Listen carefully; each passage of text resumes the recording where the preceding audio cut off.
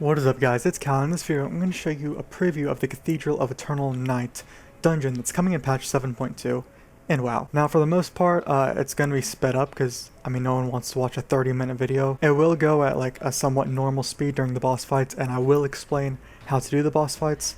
Not really like my raiding style videos where I just like go really quick, really fast, epic music in the background. I'm just going to kind of explain it to the best of my ability as thoroughly as possible.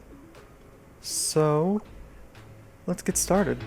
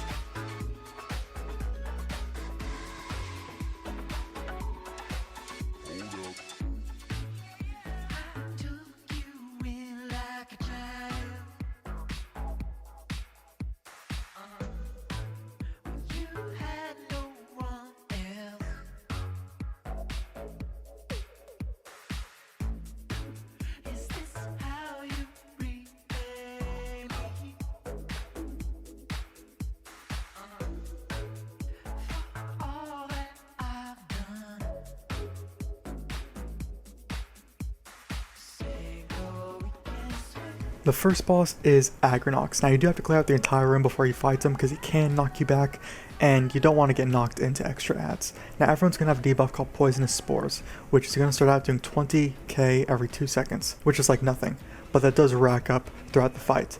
So just, kill him as fast as possible, of course. He'll do a thing called Timber Smash, where anyone within 8 yards of him will take a lot of damage and get knocked back, so make sure you get out of that. There will be fulminating lashers that spawn and fixate on target.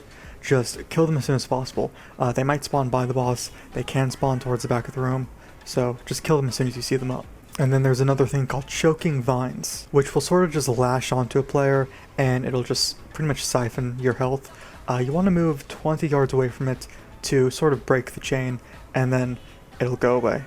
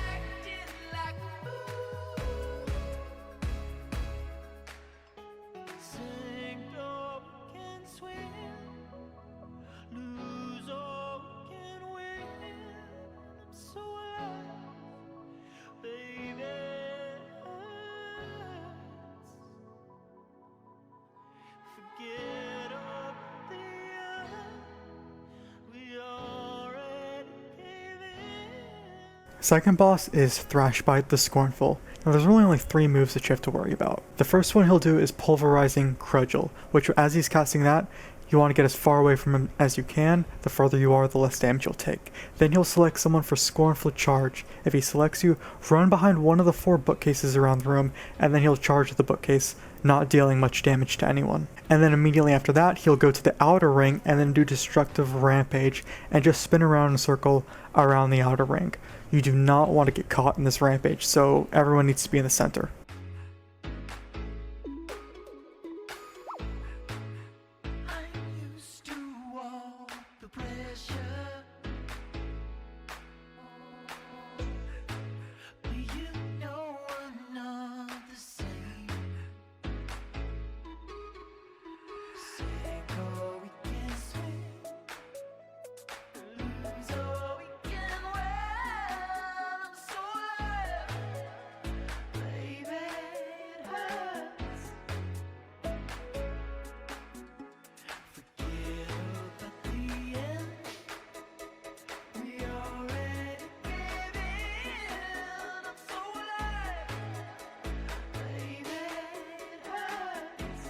third boss is Domitrax. Now there's the Aegis of Orgrimmar in the middle, the shield, and it has an invulnerability bubble around it, which we'll worry about that later. You do want to face the boss away from the Aegis though, because he'll do a frontal cone, and if it hits the Aegis of Orgrimmar, then the shield around it is reduced smaller. There's going to be portal guardians that are just like little elementals that spawn around the room.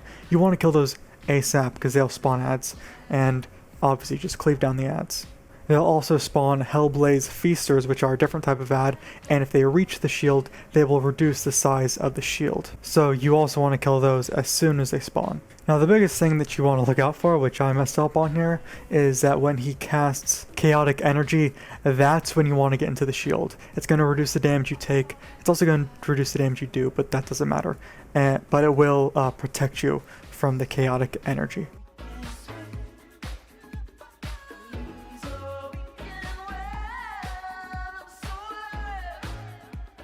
Now the final boss, Mephistroth, is immediately after the last one. You're going to want the tank to pick up the Aegis of Orgrimmar, which is in the center of the room. That's going to be used for phase 2. But for phase 1, you want all of your range spread out, because he's going to shoot all of them with something called Dark Solitude. If they're stacked up, then it's going to put a more stacking debuff. If they're spread out, then it's only going to put one application. And it's just a dot, really.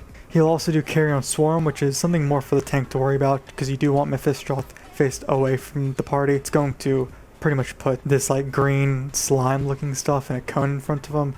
The tank just needs to move out of that. And then the final thing for phase 1 is Demonic Upheaval, which will select 2 people. I think it's most likely ranged or healers, but they're going to emit a giant spike from the ground.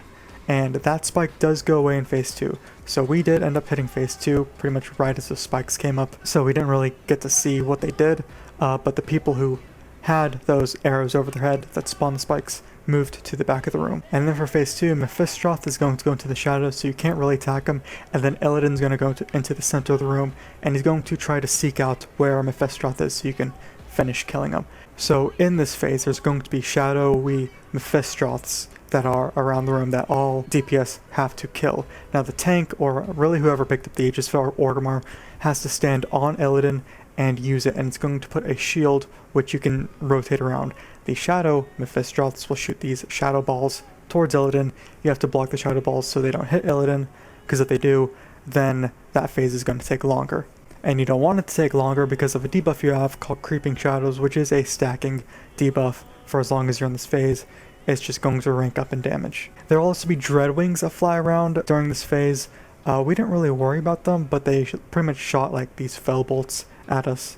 So I guess, you know, you might want to kill them if that becomes a problem. But then once Illidan finally found them, you just kill them the rest of the way, just like phase 1.